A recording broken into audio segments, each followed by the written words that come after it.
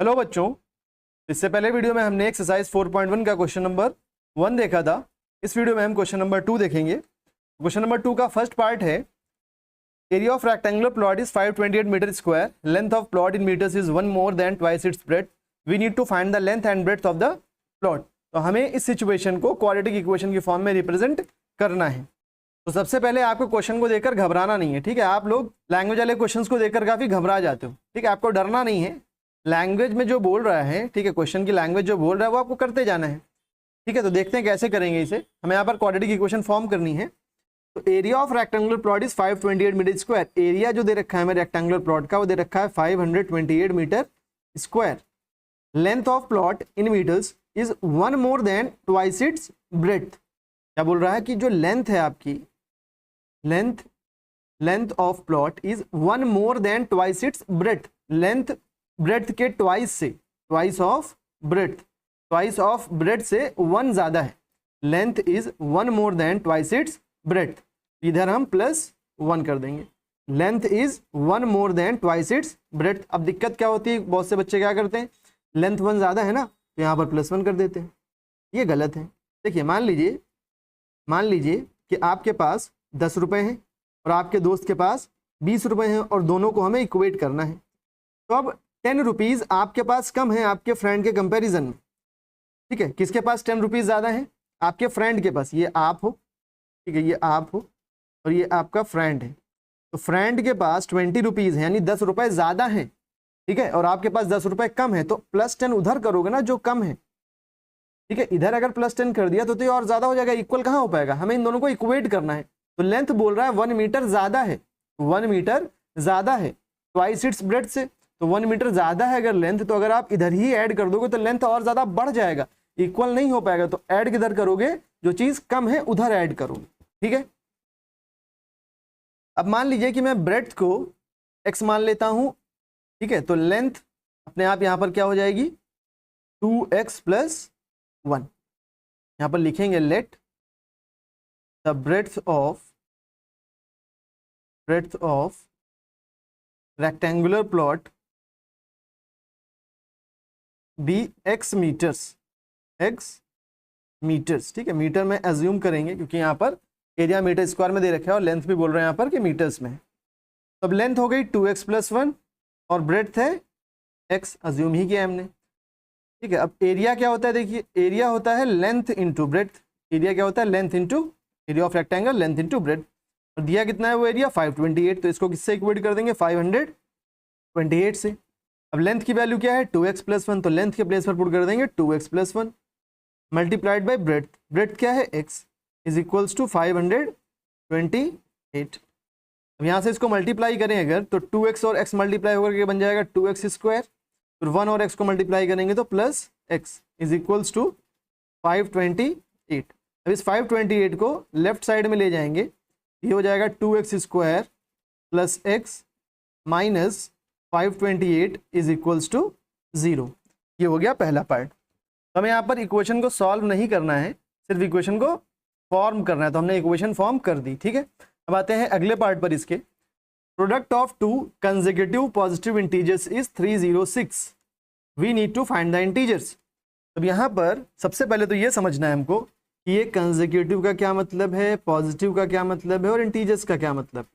बताओ आप, पॉजिटिव का क्या मतलब है, बताइए सर। पॉजिटिव मतलब पॉजिटिव मतलब पॉजिटिव नहीं, पॉजिटिव मतलब value must be greater than 0। मान लिए कोई x है तो ग्रेटर देन 0, वैल्यू जो होगी वो ग्रेटर देन 0 होगी, उसे हम बोलेंगे पॉजिटिव, ठीक है। ग्रेटर देन 0, 0 से बड़ा यानी कि पॉजिटिव। अब इंटीजर्स क्या होते हैं, देखिए इंटीजर्स होते हैं 0, 1, 2, 3 एंड सो ऑन, और -1, -2, -3 एंड सो ऑन। यानी पूरी वैल्यूज जो होंगी उन्हें हम इंटीजर्स बोलेंगे। 1.5 ये इंटीजर नहीं है, 2.3 इंटीजर नहीं है, या 1/5 ये इंटीजर नहीं है, फ्रैक्शन है ये, ठीक है। डेसिमल में लिख दिया, ये भी फ्रैक्शन ही है, तो ये इंटीजर्स नहीं है। इंटीजर मतलब पूरी वैल्यू। और क्या बोल रहा है, पॉजिटिव इंटीजर मतलब ग्रेटर देन 0, 0 से बड़े जो इंटीजर्स हैं वो ये हैं। तो ये क्या हो गया आपके positive integers 1, 2, 3 and so on. अब कंसेक्यूटिव का क्या मतलब है, कंसेक्यूटिव मतलब आसपास के, अगल बगल के। मतलब जैसे मान लिया मैं 3 लूँ, तो 3 का कंसेक्यूटिव इंटीजर क्या है, देखिए 4 है और 2 भी है, 2 और 3 भी कंसेक्यूटिव है, 3 और 4 भी कंसेक्यूटिव हैं, 4 और 5 भी कंसेक्यूटिव हैं, और 3 और 4 भी कंसेक्यूटिव हैं, 5 और 6 भी कंसेक्यूटिव हैं। इस तरह से अगल बगल के जो होंगे उन्हें हम क्या बोलेंगे, कंसेक्यूटिव। मान लीजिए मैंने एक माना x, ठीक है, समझ लिए, मान लीजिए 5 है वो, तो अगला कंसेक्यूटिव इंटीजर इसका क्या होगा, 6। क्या एज्यूम कर लेंगे, x और x प्लस 1, एक इससे जस्ट ज़्यादा। अच्छा, अब बोलोगे सर 4 भी तो कंसेक्यूटिव इंटीजर है इसका, तो हम अगर इसको x बोल रहे हैं तो ये x माइनस 1 हो जाएगा, तो ये भी तो एज्यूम कर सकते हैं। लेकिन आप x और x माइनस 1 एज्यूम मत करना। क्यों? क्योंकि मान लीजिए x की वैल्यू 1 हो जाए, x की वैल्यू 1 हो गई अगर, तो इससे पहले कोई पॉजिटिव इंटीजर है नहीं, है ना, तो x माइनस 1 एग्जिस्ट ही नहीं करेगा। इसलिए आप हमेशा कंसेक्यूटिव पॉजिटिव इंटीजर्स x और x प्लस 1 को अज्यूम करना, ठीक है। तो कंसेक्यूटिव पॉजिटिव इंटीजर्स जब भी आपको दिया होगा तो आप क्या अज्यूम करोगे, let the two consecutive positive integers be x comma x plus 1। तो हमने 2 पॉजिटिव इंटीजर्स अज्यूम कर लिए, कंसेक्यूटिव पॉजिटिव इंटीजर्स x और x प्लस 1। क्या बोला है, product of 2 consecutive positive integers, मतलब ये जो 2 कंसेक्यूटिव पॉजिटिव इंटीजर्स हैं इनका प्रोडक्ट दे रखा है हमको 306, मतलब x और x प्लस 1 का प्रोडक्ट ले, मतलब इन्हें मल्टीप्लाई करें तो कितना मिलेगा हमको, 306। देखिए कितना सिंपल क्वेश्चन है। अब इसको मल्टीप्लाई करें तो x और x मल्टीप्लाई होकर के x स्क्वायर हो गया, x और 1 को किया तो प्लस x हो गया, इज इक्वल्स टू 306। अब इस 306 को लेफ्ट साइड में ले आएंगे तो ये क्या हो जाएगा, x square plus x minus 306 is equals to 0, और हमने ये क्या बना दी, क्वाड्रेटिक इक्वेशन फॉर्म कर दी। तो अगर आपको यहाँ पर कंसेक्यूटिव पॉजिटिव इंटीजर का कॉन्सेप्ट पता है तो ये क्वेश्चन काफी ईजी है। आते हैं अगले क्वेश्चन पर। Rohan's mother is 26 years older than him. The product of their ages in years 3 years from now will be 360. We would like to find Rohan's present age. तो इसके लिए हमें क्वाड्रेटिक इक्वेशन फॉर्म करनी है, सॉल्व नहीं करना है।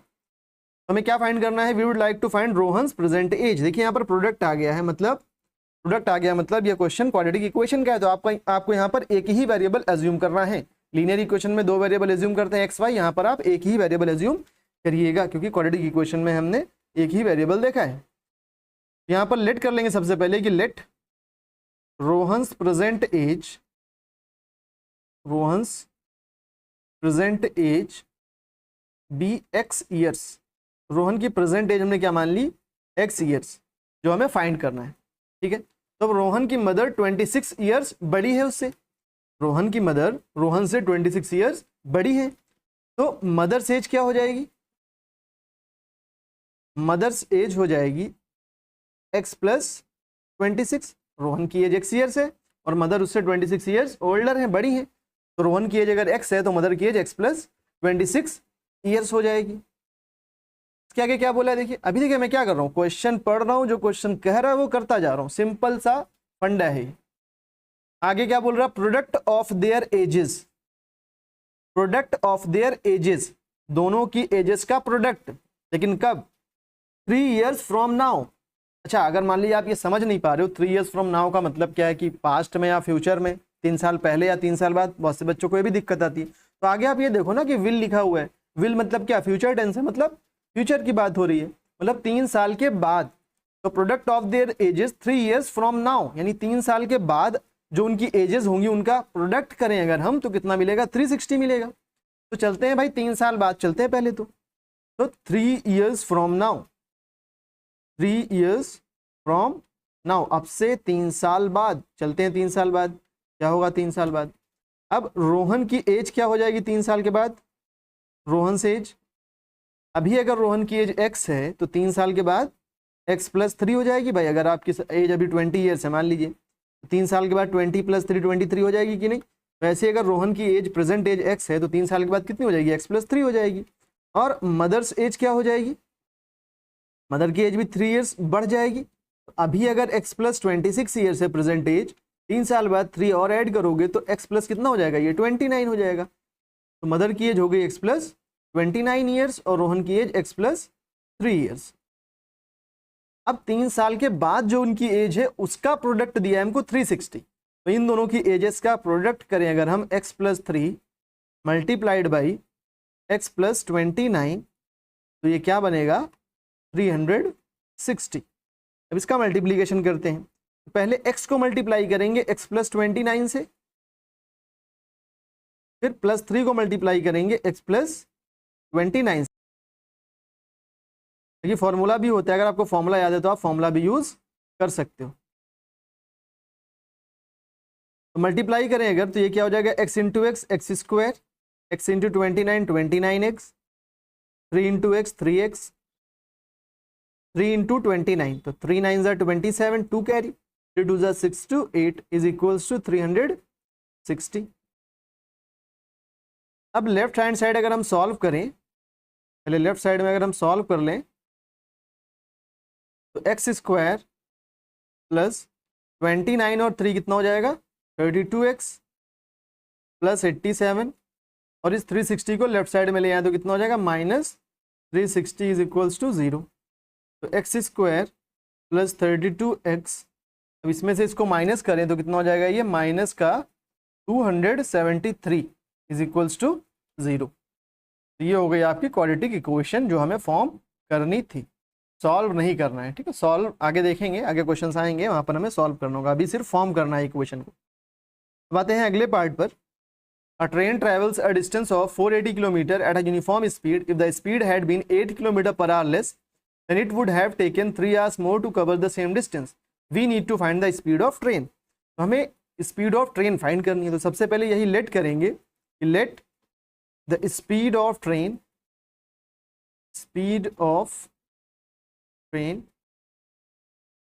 B x kilometre per hour. हमने स्पीड मान ली ट्रेन की x kilometre per hour. Kilometre per hour में ही क्यों, क्योंकि यहाँ पर किलोमीटर पर आवर, यहाँ भी किलोमीटर दे रखा है, इसलिए किलोमीटर पर आवर में। अगर चीज़ें आपको मीटर और मीटर पर सेकंड में दे रखी होती तो हम मीटर पर सेकंड में अज्यूम करते। ठीक, आगे क्या बोला है, train travels a distance of 480 kilometres. तो स्पीड हो गई x kilometre per hour, distance कितनी है 480 किलोमीटर। ठीक है, if the speed had been 8 kilometre per hour less than it would have taken 3 hours more to cover the same distance. तब यहाँ पर टाइम की बात हो रही है कि अगर 8 kilometre per hour, 8 kilometre per hour speed कम होती तो टाइम हमारा 3 घंटे ज़्यादा लगता। जाहिर सी बात है, स्पीड कम होगी तो टाइम ज़्यादा लगेगा। तो यहाँ पर हम टाइम भी फाइंड कर लेते हैं। देखिए टाइम क्या होता है, डिस्टेंस अपॉन स्पीड। इस टाइम को हम t1 बोल देते हैं, क्योंकि स्पीड जब कम हुई है उस वक्त जो टाइम लग रहा होगा उसको हम t2 बोल देंगे। तो t1 कितना होगा, डिस्टेंस अपॉन स्पीड। तो डिस्टेंस कितनी है यहाँ पर 480, अपॉन स्पीड क्या एज्यूम किया हमने x, तो टाइम कितना हो जाएगा 480 अपॉन x r। तो t1 आ गया 480 अपॉन x r, इतना टाइम लग रहा है। अब क्या बोला है, if the speed had been 8 kilometre per hour less, if speed had been 8 kilometre per hour less, अगर स्पीड 8 किलोमीटर पर आवर कम होती तो स्पीड क्या हो जाती बताइए। स्पीड अगर 8 किलोमीटर पर आवर कम होती तो पहले x थी, अब कितनी हो गई होगी x - 8। पहले x थी, 8 किलोमीटर पर आवर स्पीड कम हो गई तो क्या हो जाएगी x - 8 किलोमीटर पर आवर। और डिस्टेंस क्या है, सेम डिस्टेंस है, बोल रहा है 3 hours more to cover the same distance. तो डिस्टेंस तो सेम ही है 480 किलोमीटर।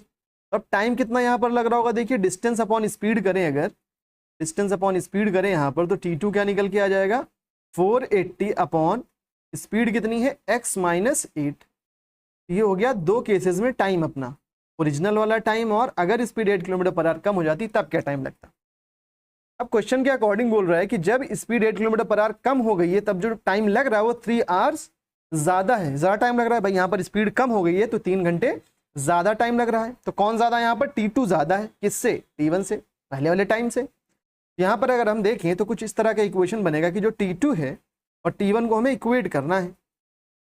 तो t2 3 hours ज़्यादा है, t2 3 hours ज़्यादा है t1 से, तो ऐड किधर करेंगे, जिधर कम होगा। तो t1 में 3 ऐड कर देंगे, t2 is 3 hours more than t1। तो t2 क्या हो गया t1 + 3। ठीक है, इसे अगले पेज पर सॉल्व करते हैं हम लोग। तो इक्वेशन बनी t2 is equal to t1 + 3 और t1 क्या था 480/x और t2 480/x - 8। तो यहाँ पर वैल्यूज पुट करेंगे तो t2 के प्लेस पर आ जाएगा 480 upon x - 8 is equals to t1 480 upon x + 3। इसको सॉल्व करें अगर तो 480 upon x - 8 is equals to, यहाँ पर इनको ऐड करें, यहाँ पावर में 1 होगा तो नीचे नीचे मल्टीप्लाई किया तो x बना, क्रॉस किया तो 480, ठीक है, इधर क्रॉस किया तो 3x। अब इसको क्रॉस मल्टीप्लाई करते हैं ऐसे, तो x minus 8 multiplied by 480 plus 3x, ये इधर क्रॉस किया ऐसा, इधर करेंगे क्रॉस तो 480 into x is equals to 480x। अब इन दोनों को मल्टीप्लाई करें तो पहले x से 480 प्लस 3x को मल्टीप्लाई करेंगे, फिर -8 से 480 प्लस 3x को मल्टीप्लाई करेंगे इज इक्वल्स टू 480x। यहाँ x से 480 को मल्टीप्लाई करें तो 480x प्लस x और 3x को मल्टीप्लाई करें तो 3x स्क्वायर, 8 और 480 को करें तो 8 0 ज़ा 0, 8 8 ज़ा 64, 6 कैरी, 8 4 ज़ा 32 और 6 38। फिर -8 और +3 को करें तो माइनस प्लस माइनस 8 3 ज़ा 24x। इस 480x को इधर ले आए अगर तो -480x हो जाएगा, ये इज इक्वल्स टू 0। ये प्लस का 480x और ये माइनस का 480x कैंसिल हो गया। यहाँ से क्या बचा 3x स्क्वायर। अब x वाला टर्म लिख लेते हैं पहले, तो -24x माइनस 3840, ये बन गई अपनी इक्वेशन। लेकिन यहाँ पर आप चाहो अगर तो 3 से डिवाइड भी कर सकते हो। 3 से अगर हम डिवाइड कर दे पूरी इक्वेशन को, क्यों डिवाइड कर सकते हैं, क्योंकि देखिए ये भी 3 से डिवाइड हो जाएगा, ये भी 3 से डिवाइड हो जाएगा, और इन तीनों को, चारों नंबर्स को अगर ऐड करें तो 8 4 12 3 15 बन रहा है। 15 3 से डिवाइड होता है, तो ये पूरा नंबर भी 3 से डिवाइड हो जाएगा। तो पूरी इक्वेशन को हम 3 से यहाँ पर डिवाइड कर सकते हैं, और 0 तो सभी से डिवाइड हो जाता है। तो यहाँ अगर पूरी इक्वेशन को 3 से डिवाइड कर दें तो ये हो जाएगा x स्क्वायर, यहाँ बचेगा 3 8 ज़ा 24, तो 8, यहाँ पर 3 से डिवाइड करें तो 3 1 ज़ा 3, 3 2 ज़ा 6, 3 8 ज़ा 24 और 0 इज इक्वल्स टू 0। तो ये बन गई अपनी equation x square minus 8x minus 1280 is equals to 0। यहाँ पर एक्सरसाइज 4.1 होती है ख़त्म। उम्मीद करता हूँ कि आपको समझ में आया होगा। मिलते हैं अगली वीडियो में एक्सरसाइज 4.2 के साथ। Thank you.